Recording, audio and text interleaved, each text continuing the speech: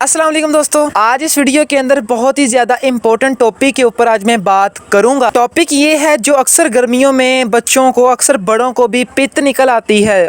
पीछे यहाँ पर बैक सीने पर पित्त निकल आती है, जिसे हम पित्त बोलते हैं। उसका क्या इलाज है? बहुत सिंपल है। आजकल जैसे कि भादों का मौसम चल रहा है तो बहुत से लोगों को ये मसला आता होगा, बड़े भी, बच्चे भी और जो जवान है वो भी इसका शिकार होते होंगे। तो इसका क्या इलाज करें, मैं आपको यहाँ पर बहुत सी सिंपल सी चीज़ें बताऊँगा।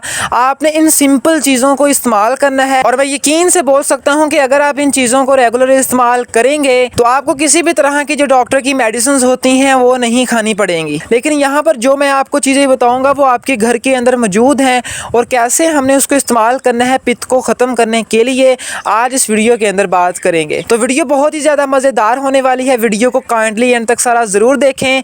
वीडियो अच्छी लगती है तो लाइक ज़रूर करना। अगर आप हमारे चैनल पर नए हैं सब्सक्राइब ज़रूर कर लें और साथ में घंटी के बटन को ज़रूर दबा लें ताकि मैं मज़ीद ऐसी अच्छी वीडियोज़ आप तक पहुँचा सकूँ। सबसे पहले बात करते हैं कि ये पित्त निकलती क्यों है, एंड देन बात करेंगे इसका इलाज क्या है, वो कौन सी चीजें जो आज मैं इस वीडियो के अंदर आपसे शेयर करने जा रहा हूं। सबसे पहले दोस्तों, ये जो पित्त होती है ये अक्सर गर्मी की वजह से ही निकलती है। जब हम ऐसे बाहर निकलते हैं तो ऊपर जो सूरज होता है उसकी जो अल्ट्रा वायलेट रेज होती हैं, वो जब रेज हमारे सीने के ऊपर, जिस्म के ऊपर पड़ती हैं, उनकी वजह से भी ये जो पित्त है ये निकल आती है।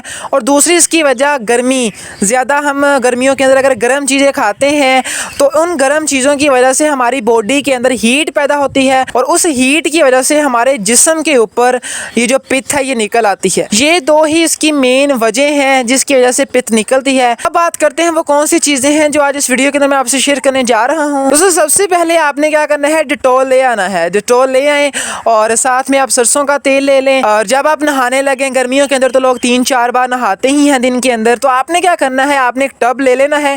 टब के अंदर आपने 1-2 चम्मच उस डिटॉल के डाल देने हैं और 1-2 चम्मच ही आप सरसों के तेल के डाल दें और उस पानी में आप उसको अच्छी तरह से हल कर लें और उस पानी से आप नहा लें। ये आप अपनी रूटीन बना लें। अगर आपको पित्त निकलती है, ये आपने रूटीन बनानी है। अगर आपको ये मसला आता है, आप टब के अंदर डिटॉल और सरसों का तेल डालकर मिक्स करके उस पानी से आपने नहाना है। इंशाल्लाह ताला यकीन से कह सकता हूँ कि आप अगर यही करेंगे तो आपकी जो पित्त है ये खत्म हो जाएगी। दूसरे आपने क्या करना है, दूसरे आपने एलोवेरा जेल का जरूर इस्तेमाल करना है। ज्यादातर जो पित्त होती है ये बैक पर निकलती है, आपके पिछले हिस्से में, तो आपने क्या करना है, एलोवेरा जेल ले आनी है और एलोवेरा जेल आपने यहाँ पर अपने पीछे सीने के ऊपर लगानी है।